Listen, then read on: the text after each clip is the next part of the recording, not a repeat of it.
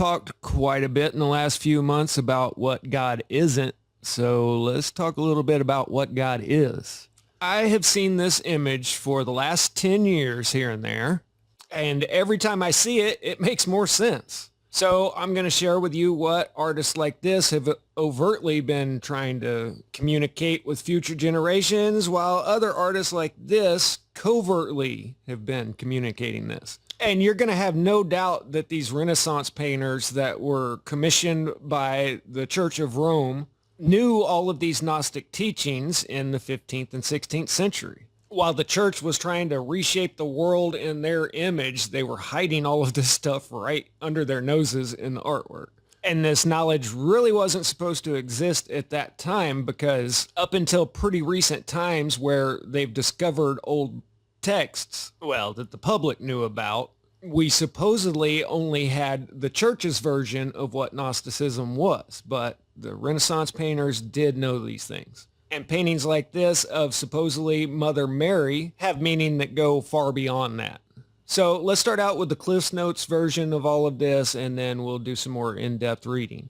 You see all of the light rays shining out. That represents the emanations coming out from Source. So all creation, from us here in the abyss in the material world to the pleroma, which is the heaven above our seven heavens.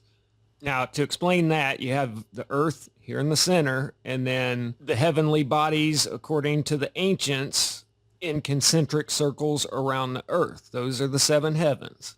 And then you have the firmament out there at the edge of, quote, space, which is essentially the line that makes the difference between the abyss and the material world and the pleroma and the heavenly world. Now, the Gnostics refer to the true God, Source, as the monad. And this is the symbol for the monad. There are a couple of variations, but this is the true God from which everything else in existence has come from. Here's another way of looking at this. Up at the top, you have the monad, which everything is emanating out of, and everything in the yellow outside of the blue area is the pleroma, basically the highest heaven. Here you have the firmament, and everything inside of that going into the blue area is all the physical universe, which they refer to as the abyss as well. In the beginning, all there was the monad, the source. From the monad emanated 15 pairs, male and female, of the aeons, kind of like the highest angels, only we're still up in the pleroma. One of these aeons was Sophia. Sophia decided to create a being by herself and basically had a bastard child that was outside of the balance of the universe. This child's name is Yaldabaoth. He's portrayed as having the head of a lion and the body of a dragon, and some accounts compare him to an aborted fetus. So Sophia decides she's going to hide Yaldabaoth from the monad and the other aeons. So she throws him down into the abyss in the darkness of the material world, separate from the pleroma. So now you've got the true God, the monad, up in the pleroma with all of his highest angels, the aeons, and Yaldabaoth down in the material world. Yaldabaoth is also referred to as the demiurge or creator, and as a divine being, he has the power of creation. Now, accounts vary on all of this, but some say that Yaldabaoth is trapped in the abyss here and knows nothing of the pleroma, and he's not so much evil as just ignorant of things. Other accounts say he created his angelic hierarchy based off the structure of the pleroma. So I guess we don't know what Yaldabaoth knows, but he has the power of creation, so he got to creating for himself. Managing a universe is a big job, so he delegates duties to his archons, who some would say feed off of negative energy and suffering. So they create an entire universe, and then the crown jewel, Earth, and decide to make a bunch of living creatures. Again, accounts vary widely here. One would say that a spark of the divine spirit of Sophia got trapped here in the physical world. Another version says that Yaldabaoth created man and woman out of clay and then tricked some angels into getting into the bodies and then trapping them. What they pretty well all agree on is that a spark of the divine spirit got trapped inside material bodies. And that Yaldabaoth made the world so enchanting and enticing that the divine spark wouldn't realize that they're here in a trap. And, life can be really good, but it also can be very bad. There's no denying there's a lot of suffering in this world. Somehow, news of all of this suffering got up to the pleroma and the monad, and he decides to send some help to wake up the trapped divine sparks. So who did he send?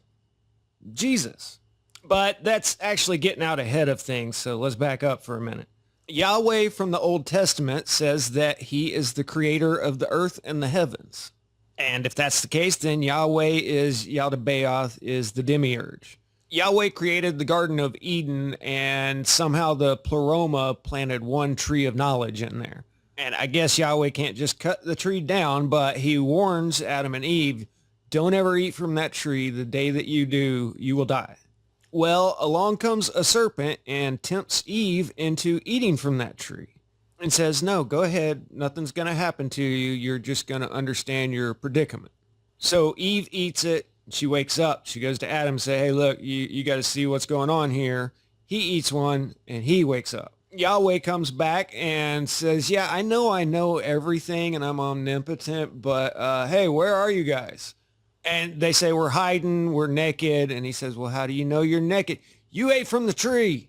So then he slaughters an animal and makes clothes for them, expels them from the Garden of Eden, curses the ground to put forth thorns and thistles instead of fruit. It says, you and your descendants until the end of time will suffer because you dared disobey me. He's such a loving, caring God. What can I say? So it would appear that the serpent in the garden was trying to help the trapped souls. Some would even say that the serpent was the spirit of Christ. And we've basically been told the story backwards. As a pup, Ruckus dared to disobey me and chew up one of my paint rollers, so I've condemned him to a lifetime of salads and only the occasional belly rub. We can't all have the righteous vengeance of Yahweh.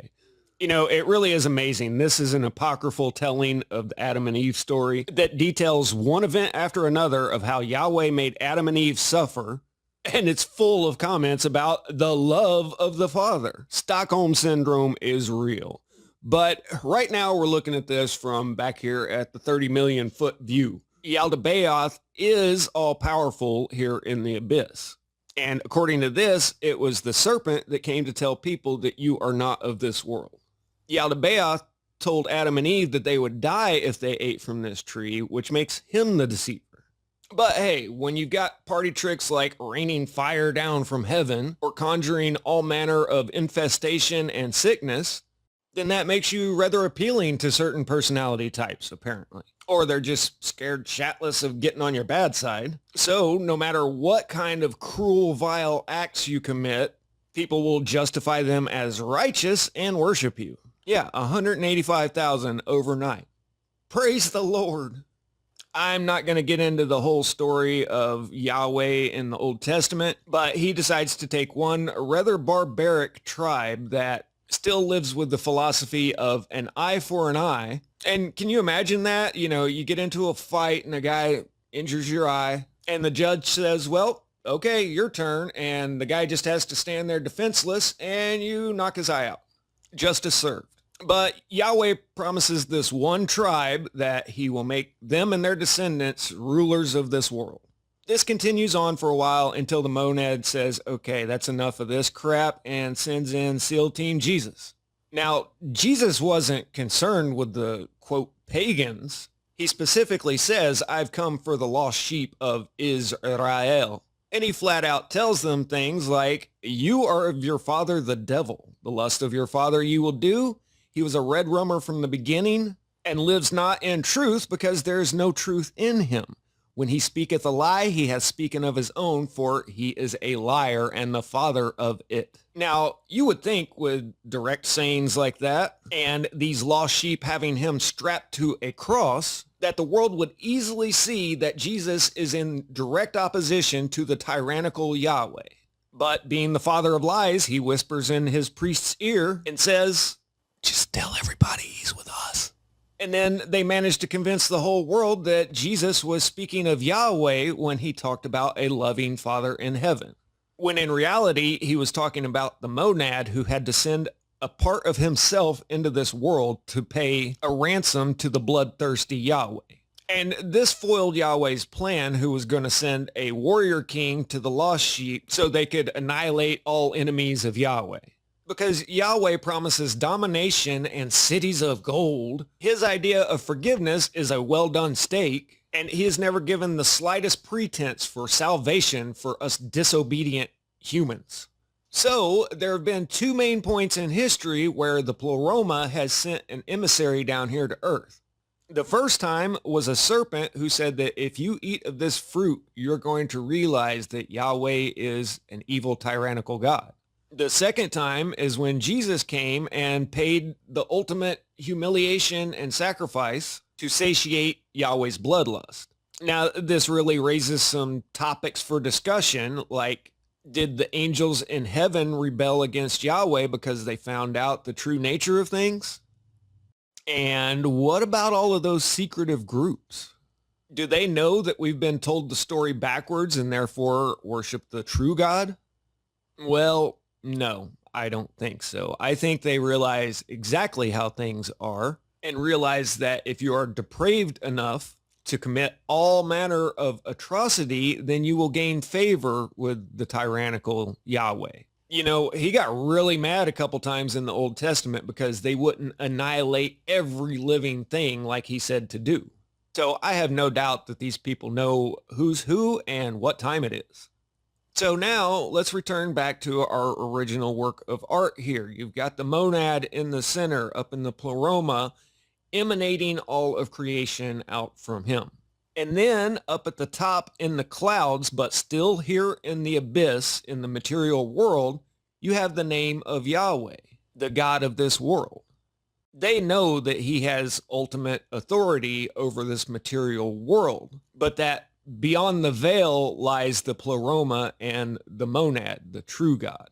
Hidden in all kinds of works of art are things like this, where they tell you that it's the Mother Mary, but this is actually representing Sophia, standing on top of the moon and hiding her disgraceful child underneath. See that little monster that she is suppressing there? That's the God of this world.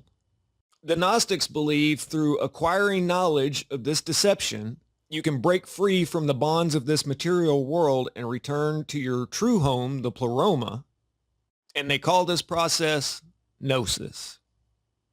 Static out.